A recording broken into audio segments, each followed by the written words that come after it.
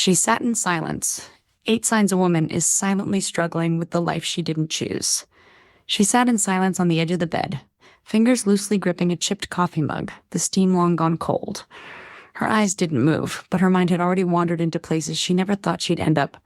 The road not taken, the years that sped by, and the promises she once made to herself. This woman, maybe it's someone, maybe it's you, doesn't talk much about her pain, not in obvious ways. She goes to work. She smiles at school pickups. She nods during conversations about laundry and groceries. But underneath that collected exterior is a quiet grief, the kind that creeps in slowly, quietly over years of compromise, sacrifice, and emotional abandonment, sometimes from others, but often from herself.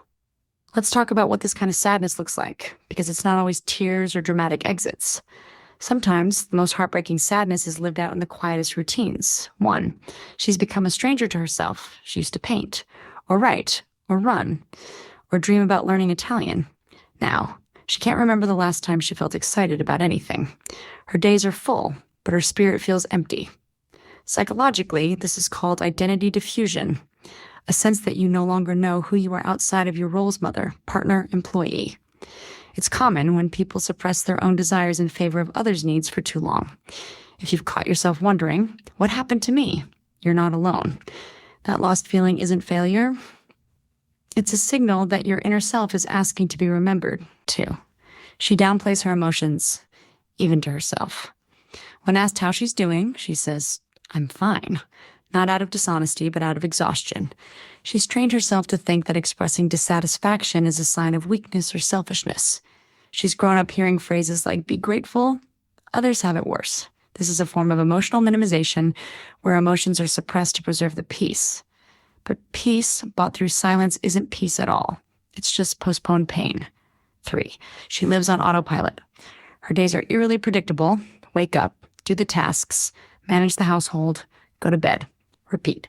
There's little spontaneity, few real laughs, and almost no room for joy. This is emotional burnout dressed as responsibility. The routines that once offered structure now feel like invisible chains. Psychologists often call this a dissociative state, where we become so detached from our passions and present moment that we feel like life is happening to us, not with us. 4, she overcompensates by keeping busy. Look closer and you'll see her constantly organizing, cleaning, volunteering, helping others. Anything that keeps her from having to sit still. Because when she's still, the feelings come, and those are harder to tidy up. Busyness becomes a coping mechanism for avoiding deeper truths. It's easier to stay in motion than to face the uncomfortable questions. Am I happy? Is this the life I wanted? In psychological terms, this is avoidant behavior, a way to protect the psyche from confronting painful emotions. But at what cost? 5, she feels guilty for wanting more. She doesn't talk about what she really wants. Not because she doesn't know, but because the moment she does, the guilt creeps in. Isn't what I have enough? What kind of person am I to want more? This is the inner conflict of self-abandonment versus self-fulfillment. When you've been conditioned to believe your needs are secondary, even acknowledging them feels like betrayal. But guilt isn't always a moral compass. Sometimes it's a residue from old belief systems that told women their worth is in their sacrifice. 6, she's developed subtle resentment that she tries to hide. She doesn't snap, but she sighs a lot. She doesn't yell, but her silence is loud. She doesn't blame, but she mentally replays the injustices, the unfair distribution of labor, the years lost, the decisions made for her instead of with her. Unresolved resentment can manifest subtly: sarcasm, fatigue, headaches, or apathy. When not acknowledged, it quietly poisons our connections and leaves us feeling both angry and ashamed. The emotional labor of being the strong one often goes unnoticed until it erupts or implodes. 7, she's lost hope that things could be different. Somewhere along the line, she stopped making long-term plans, stopped setting goals, stopped believing things could actually improve. She tells herself this is just how life is. This is called learned helplessness, a psychological state where a person begins to believe they are powerless to change their circumstances, even when they're not. It's not that she lacks courage, it's that no one ever modeled what empowered change looks like for her. No one ever said, "You're allowed to want a different life." 8, she tells herself she should be grateful. This one is the hardest because she's grateful for the kids, the roof, the small things. But gratitude and grief can coexist. Her unhappiness doesn't mean she's ungrateful. It means she's human. And we need to stop forcing women to choose between the two. Too often, Women are expected to suffer silently in the name of being strong. But strength isn't silence.